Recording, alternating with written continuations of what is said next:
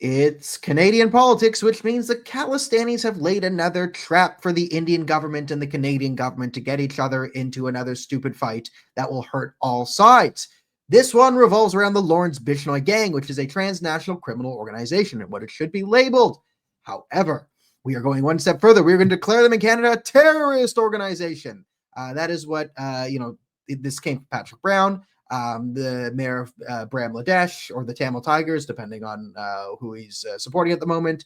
And it's worked its way through the Khalistani ecosystem, through the Liberals to the NDP, and now the Conservatives are putting pressure on it. And in the defense of the Conservatives, they probably don't understand what they're doing right here, and they just see transnational criminal organization. We want to be tough on it, tough on crime. Good impulse, but bad instincts here, because this is going to enable the Lawerence Bishnoi gang, which is what the Khalistanis want, and enable the Khalistanis. This will bring more crime. Okay. First off, I am not defending the Lawerence Bishnoi gang. I am offending. This is an offense of them, not a defense. Okay. They are a transnational criminal organization. They are active in Canada, like every other transnational criminal organization and terrorist organization in the world. Remember when everyone was getting their car stolen, and Arif Virani, the then justice minister, got his car stolen 4 times, and it was pretty funny.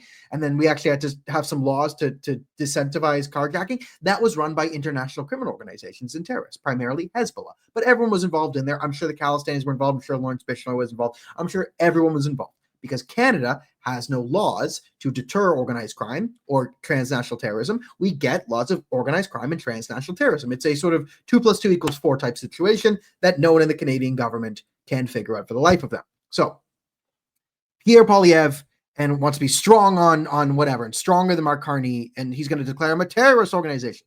Okay, the problem is our counterterrorism enforcement is an effing joke, to put it lightly, okay? So if the Lawerence Bishnoi gang is active here in Canada and we want to declare them a terrorist organization, we would need CSIS to root them out, but CSIS doesn't have a domestic mandate. It can't operate domestically. It can just collect intelligence. It doesn't have the ability to act on anything. It's not the CIA, okay? So the organization we put in charge of cleaning this up would have no power to enact any investigatory powers on the Bishnoi gang anyway. So it's a bit of a non-starter there. You need to use the RCMP. Now, the RCMP, that's Canada's FBI, would be much, much better at fighting an organized crime thing. But the problem is, and this has been a problem for decades, okay? Canada does not have any RICO laws, racketeering sort of laws. These are anti-mafia laws. And if you need a good explanation for them, if you ever saw The Dark Knight, there's a scene in The Dark Knight where they explain, you arrest the entire criminal organization. So RICO laws let you go, okay, if you can prove that people are associates of Lawerence Bishnoi in RICO laws, and they're part of extortion and racketeering and different things, you don't need to prove each individual's involvement in each particular crime. You can establish a pattern of crimes, connect to an essential entity that you were then a part of, and you can then use RICO laws to roll up the entire criminal organization. This is how you get rid of the mafia, okay? If you have transnational criminal organizations in your country, you need some sort of RICO laws.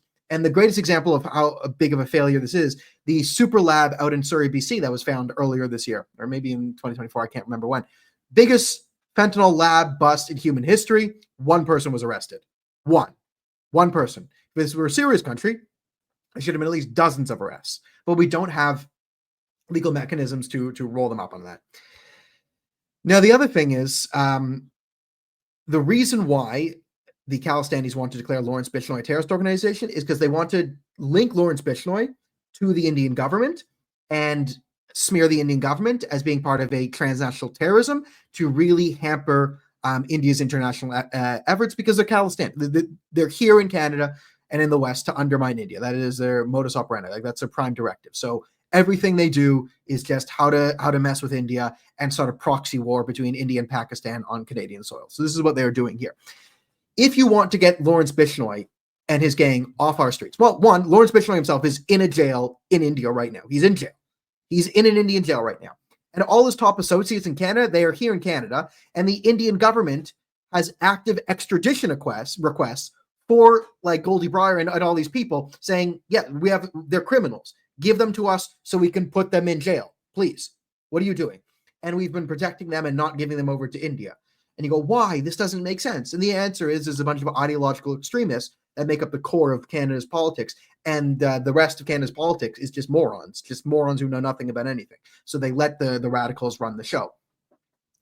I want Lawerence Bishnoi and every other gang, for that matter, cleaned up out of Canada. How do you do that? Well, declare them a transnational criminal organization. Have some laws against that. And then use the Indian government's extradition requests against his top lieutenants to deport them. Okay? I'm totally fine with banning the Lawerence Bishnoi gang from Canada. But if you declare them a terrorist organization, the amount of hoops you have to jump through to prove anyone's association with it, and all the legal hoops that get through, like, it's sort of pie in the sky. Let's just declare them a transnational criminal organization, and anyone with connections to Lawerence Bishnoi can't come into Canada.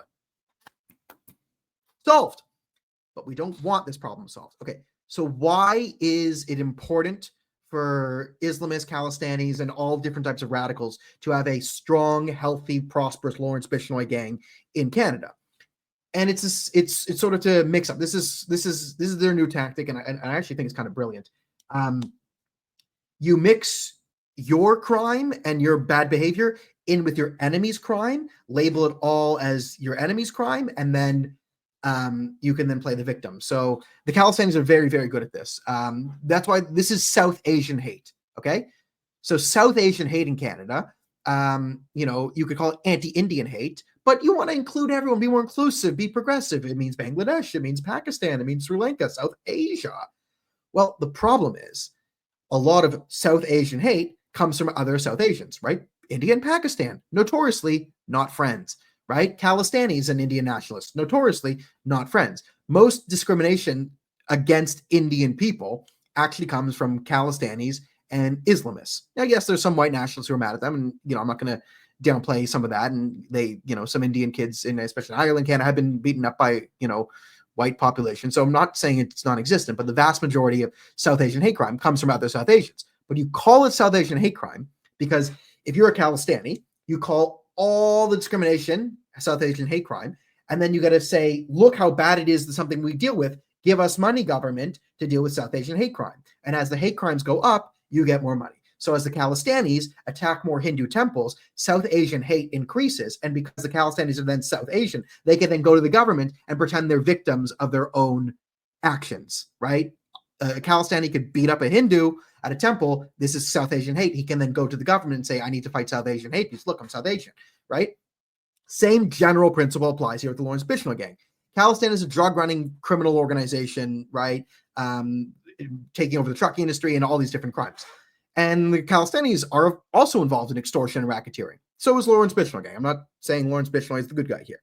But if the Khalistanis can do all this racketeering and do it as South Asian gang members, and then every time someone gets busted, they blame Lawerence Bishnoi, right? Then all this sort of gets tied up and, it's Lawerence Bishnoi's fault, right? So the more crimes you commit as Khalistanis, the harder you can get the Canadian government to go after the Indian government, which will put the Indian government against the Canadian government and start sort of a relationship death spiral. But that benefits Khalistani criminals and ideologues in Pakistan by getting us to fight over stupid nonsense like this. So again, if you want Lawerence Bishnoi off our streets and his gangs gone, declare him a transnational criminal organization, say people with associations to Lawerence Bishnoi can't come in, and the Indian government, who has a bunch of extradition requests for all his top lieutenants who are in Canada because there's no organized crime laws in Canada.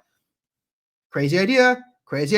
We deport them to India. I don't know. That might work. So in summation, everyone in your government is either a hostile foreign actor or grossly incompetent. And they are sleepwalking into another geopolitical disaster because that is what we do in Canada. Oh, what a world. What a world.